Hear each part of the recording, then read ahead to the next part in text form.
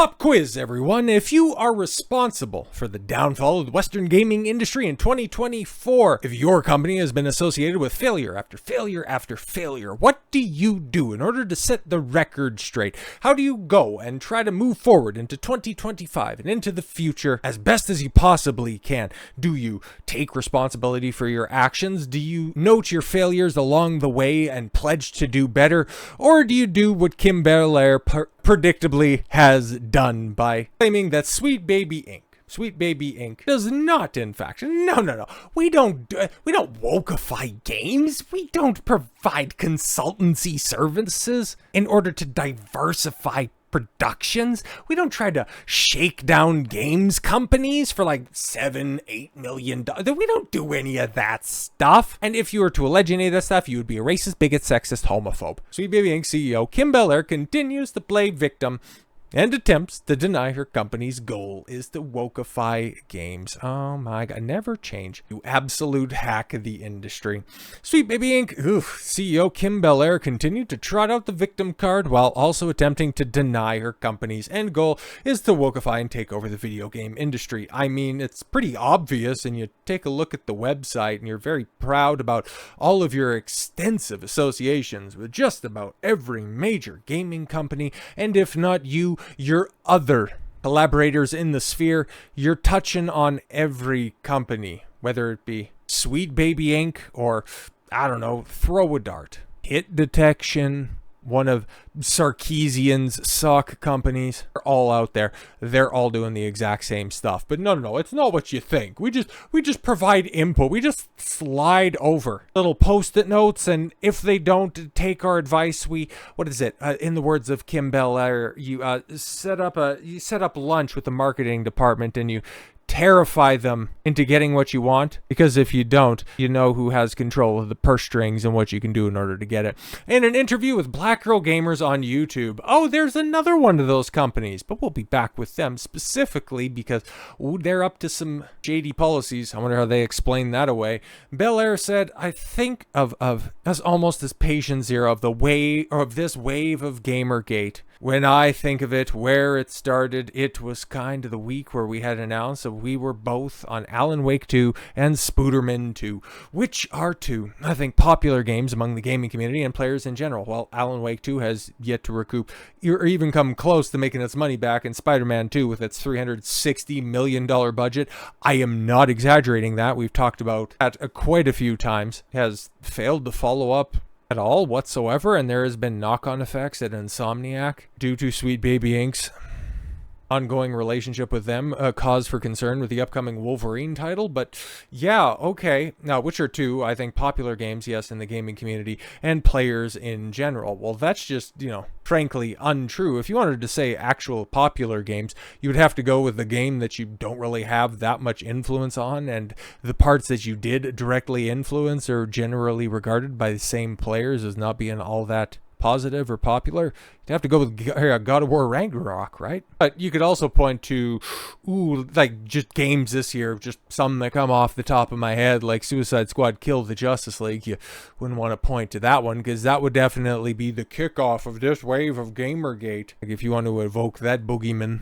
Or Tales of Kenzara Zhao, but I guess that would probably be a conflict of interest, or at least not exactly proper to bring up something that you have such close business ties with, because one of the founders of that game is also on the board of Sweet Baby Inc. Don't worry about that. She continued. Immediately, I think the targeting began with this kind of, we found the secret, sinister website from Sweet Baby Inc. No, it's very public, and you're also very public about what you're doing in the industry. Meanwhile, we're on Twitter I'm just so excited to let people know that we worked on these two really great games. Yeah, just those two games, right? Just those two. And the assumption was essentially made that our work on that had not been story or narrative or character related. I mean, that's exactly what you proudly proclaim that you did. It had been to make a black character exist in Alan Wake 2 and to put pride flags in Spider-Man 2. Is she being facetious? Because, yeah, you took a canonically, at least in the Alan Wake world, canonically white Scandinavian woman that goes by the name Sarga, and make her look kind of a lot like Belair. And yeah, also the deaf girlfriend of Miles Morales, where he had to play a spray painting section. I mean, that's definitely SBI coded. And that was kind of like the assumption that we had wokeified the video games. Well, Alan Wake 2 was a narrative disaster. And on top of that, Spider-Man 2 with Peter B. Parker basically putting his balls in a conveniently sized bag, handing them over to Miles Morales and going, because you're half black and half Latino, you can properly be Spider-Man, where I'm just going to go off into the world and I'll be sad about my whiteness going forward, because that's always worked so well in other Marvel properties where they're trying to replace Spider-Man. She continued, oh right, yeah, as a company we worked on over 80 games together, so there was plenty of fodder for people to start going, oh, and there's a reason all these games are now woke. Well, I mean, there seems to be a pretty consistent through line, either there are people of color in them, or queer people, or marginalized identities at all. No, it's just the ham-fisted way that you do things.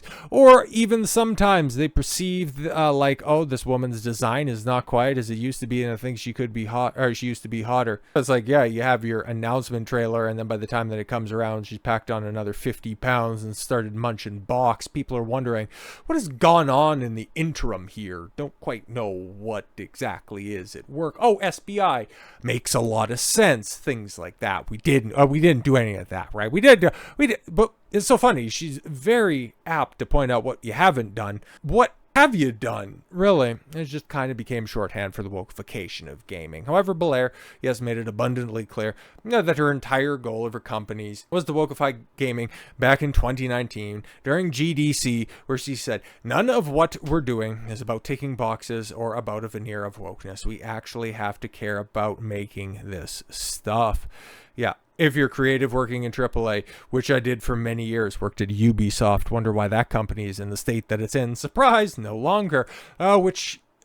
Put this stuff up to your higher ups. And if they don't see the value and what you're asking for, when you ask for consultants, when you ask for research, go have coffee with your marketing team and just terrify them with the possibility of what's going to happen if they don't give you what you want. There you go. That classic line that has been shared all the way back since February or March when it first came around, because these idiots, these ideologues are so brazen, brash, and egotistical, where they're just going to lay out everything because they thought they could get away with this stuff in perpetuity until the chickens came home to roost and realized that nobody else shares their worldview quite as strongly, quite as fervently as they do. Here's the thing.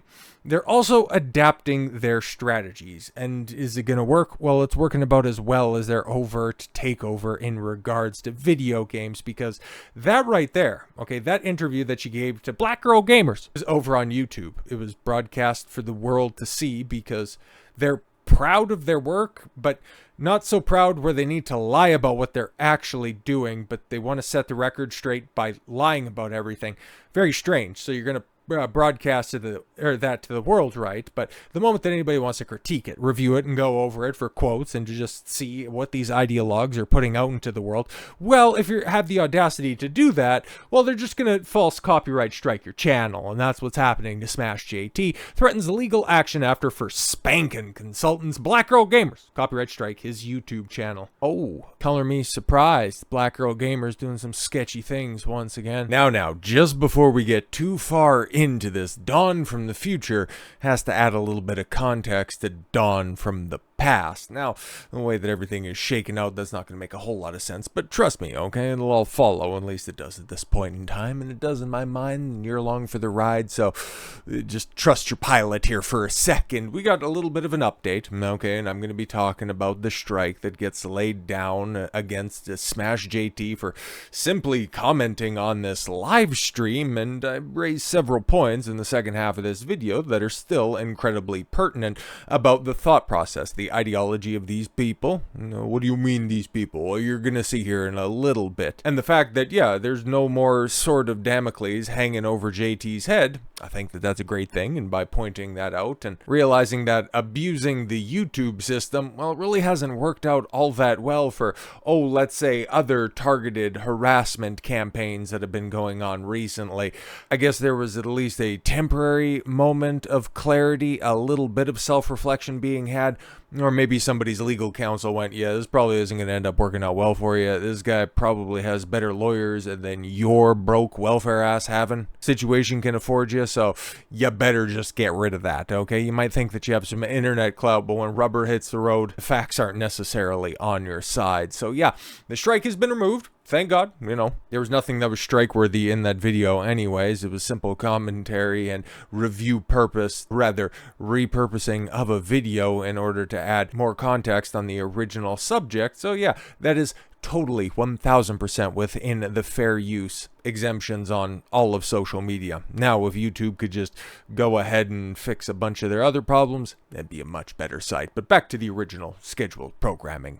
Video game consultancy outfit ran by Lopez issued a copyright strike against YouTuber and critic Smash JT. Shared that yes, BGG has decided to abuse YouTube's flawed copyright system to silence dissenting voices, specifically in this case my own. He then shared a screenshot of a copyright strike against his channel. The strike was issued on Smash JT's video title. Sweet Baby Inc. CEO Kim Belair declares war on gamers. To be fair, that could be multiple videos, and covers a video featuring commentary from Lopez, Kim Belair, and The Verge staff writer Ash Parrish. Shock on that one. Smash JT later added BGG's actions are not just inappropriate, they're a calculated effort to control the narrative by attacking content creators and scaring them from talking about them and those who challenge their perspectives. Striking down a very popular viral video, nearly 200,000 views already in a couple of days. Wow, shout out to him, that's great stuff. It offered a critical viewpoint is beyond a desperate move. One of the shows more interested in silencing opposition